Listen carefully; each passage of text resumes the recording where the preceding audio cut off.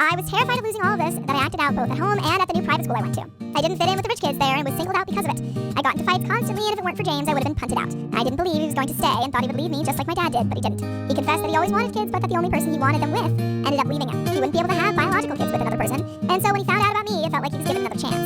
He was really patient with me the entire time, and always sided with me no matter what I did. I got the sense that he was lonely like me, and he got how I felt. In my mind, he's my actual dad. I mean, yeah, he's the one who paid for my education, food, clothes, went to all my baseball games, bought me anything I asked for. He's the one who stayed with me when I got my wisdom teeth pulled out or whenever I was sick. He's the one who celebrated all my birthdays with me and would take me out to my favorite restaurant whenever I got good grades or won a game. He's the one who went shopping with me for my new bedroom in his house and told me to get whatever I wanted.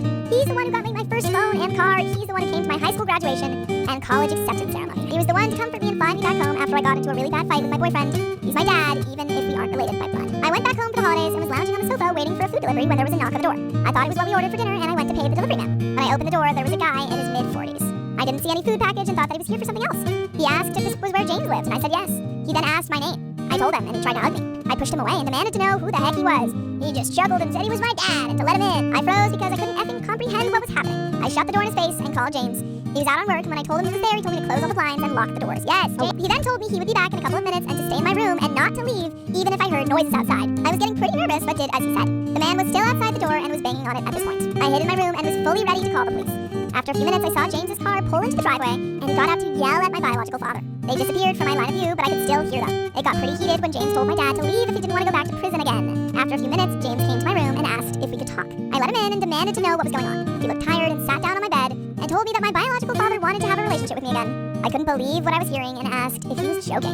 He said that he wasn't, and that he hated the idea of that as much as I did. He has no idea what my dad has been doing for the past decade before he punted him out. He asked me my thoughts on it. I could barely comprehend what was happening and told him I needed time. He agreed and told me that no matter my decision, he would support me. But he also said he doesn't believe my dad is purely back to reconnect. Duh.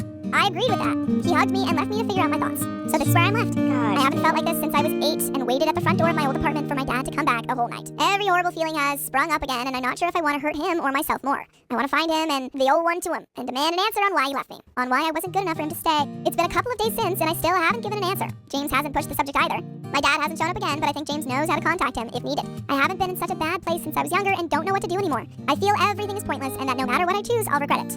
I don't even know what he's been doing for the past 10 years, and I'm scared of getting attached just for him to leave again. I've been sleeping less, eating less, and have been getting constant nightmares from when I was a kid. It's gotten to the point that James told me to take a few weeks off of school to recuperate. I look like a zombie, and my boyfriend actually wants to fly over to my state to help me through this. I don't know what the F to do, and I'm so effing scared. Should I let him back in and take a risk, or never speak to him again and continue on with my life? I want answers so bad, but I don't know if I'll like the ones I get. What should I do?